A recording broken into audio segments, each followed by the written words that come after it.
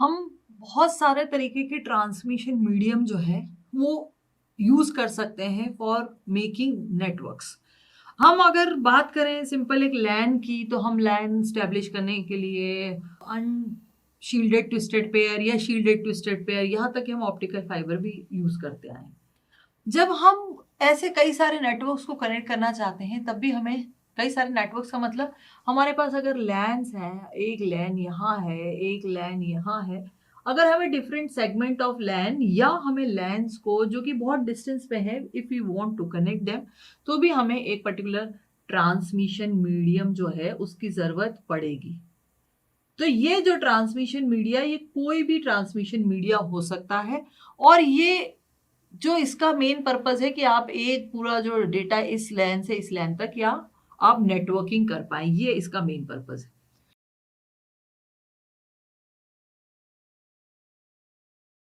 Now whenever such type of connection is there, वहां पे हमें जरूरत पड़ेगी रिपीटर्स की। जो रिपीटर्स हैं वो क्या करते हैं, वो आपका जो भी डेटा है उसको क्या करते हैं, फ्रेम को रीड नहीं करते हैं, क्योंकि ये कौन सी लेयर पे काम करते हैं, फिजिकल लेयर पे काम करते हैं ओएसआई की। तो फिजिकल लेयर पे सिर्फ इलेक्ट्रिकल सिग्नल से इनका वास्ता होता है, ये सिर्फ सिग्नल लेते हैं रिपीटर्स और फ्रेम को एज इट इज जो है फिर से रीजनरेट करते हैं और ट्रांसमिट कर देते हैं। यहाँ पर हम एक चीज का मतलब अलग अलग कर लेना चाहेंगे कि यहाँ पे रीजनरेट करना और एम्पलीफाई करना, दोनों में काफी डिफरेंस है। मैं अगर ट्रांसमिशन मीडिया की बात करूं, तो हमारे पास जो ट्रांसमिशन सिस्टम्स हो सकते हैं, ट्रांसमिशन मीडिया, वो तो आपके पास कॉपर केबल या ऑप्टिकल फाइबर हो सकता है, anything it is possible. But साथ ही साथ ये भी देखना बहुत जरूरी है कि किस तरीके का सिग्नल उस पर ट्रेवल करता है। अगर आपका सिग्नल जो है वो एनालॉग सिग्नल है, तो क्या होता है, वहां पर आपको रिक्वायरमेंट होती है, आप किस तरीके से रिपीटर्स का बात कर रहे हैं या रीजनरेटर्स की बात कर रहे हैं, तो वहां रीजनरेटर नाम की कोई चीज नहीं होती, वो करता है एम्पलीफाई।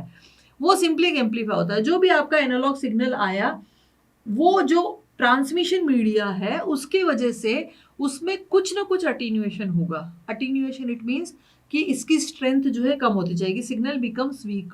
जैसे जैसे ट्रेवल करेगा ये वीक होता जाएगा, और जैसे जैसे वीक होता जाएगा वहां पर हम लगाएंगे एक एम्पलीफायर। ये एम्पलीफायर क्या करेगा, जो भी सिग्नल आएगा उसकी स्ट्रेंथ को इंप्रूव करेगा और उसकी स्ट्रेंथ को इंप्रूव करके उसे आगे भेज देगा, और सर्टेन डिस्टेंस के बाद आपको फिर से एम्पलीफायर लगाना पड़ेगा। अगर हमारा सर्किट कैसा है, एनालॉग है, मतलब पूरा ट्रांसमिशन जो है एनालॉग बेस्ड है। प्रॉब्लम कहाँ आएगी, प्रॉब्लम वहां आएगी कि जब नॉइज भी इसमें होगी ऐड, अगर इस सिग्नल में, क्योंकि ये एनालॉग सिग्नल है, तो नॉइज आएगी। नॉइज इसके एम्पलीट्यूड वेरिएशंस को अफेक्ट करेगी, और मान लेते हैं कि नॉइज अगर आती है और जो सिग्नल है वो कुछ इस तरीके से डिस्टॉर्ट हो जाता है और ऐसा हो जाता है, तो एम्पलीफायर क्या करेगा, वो along with this noise will amplify the signal, और ये नॉइज का क्या कर देगा, एम्पलीफिकेशन करके एक जो सिग्नल है उसमें पहले सिग्नल और ऊपर से नॉइज का एम्पलीफिकेशन करके आगे ट्रांसमिट कर देगा, भेज देगा। सो ये एक, अगर आप रिपीटर्स या डिजिटल सिस्टम्स के एडवांटेज के हिसाब से बात करें, तो ये एक सबसे बड़ा प्रॉब्लम है एनालॉग सिस्टम्स में कि नॉइज ऐड होने के बाद वो एम्पलीफाई होती जाती और हो सकता है कि सिग्नल नहीं बचे और सिर्फ नॉइज ही एम्पलीफाई होते होते रिसीवर तक पहुंचे। But at the same time if I am talking about repeaters जो कि रीजनरेटर्स हैं,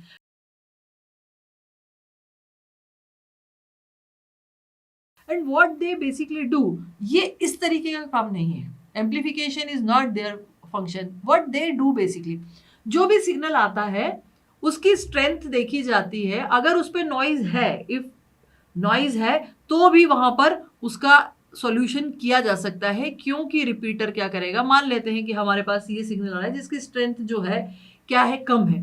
अब ये स्ट्रेंथ को क्या करेगा, बढ़ाएगा, तो बढ़ा के, ये तब की सिचुएशन है जब हमारे पास कोई कोई भी नॉइज इसमें नहीं है। बट इन केस अगर नॉइज की वजह से स्ट्रेंथ जो है सिग्नल की कम हो गई है या वो डिस्टॉर्ट हो गया है सिग्नल, तो वो कुछ इस तरीके से दिखाई देगा, और अगर वो इस तरीके से दिखाई देगा तो what is the purpose of repeater, it will regenerate the signal, it will just check the strength and it what it will do, it will regenerate the signal. ये रीजनरेट करेगा 3 पल्सेस, क्योंकि ये 3 पल्सेस इसके पास input में आई, तो ये regenerated pulses है।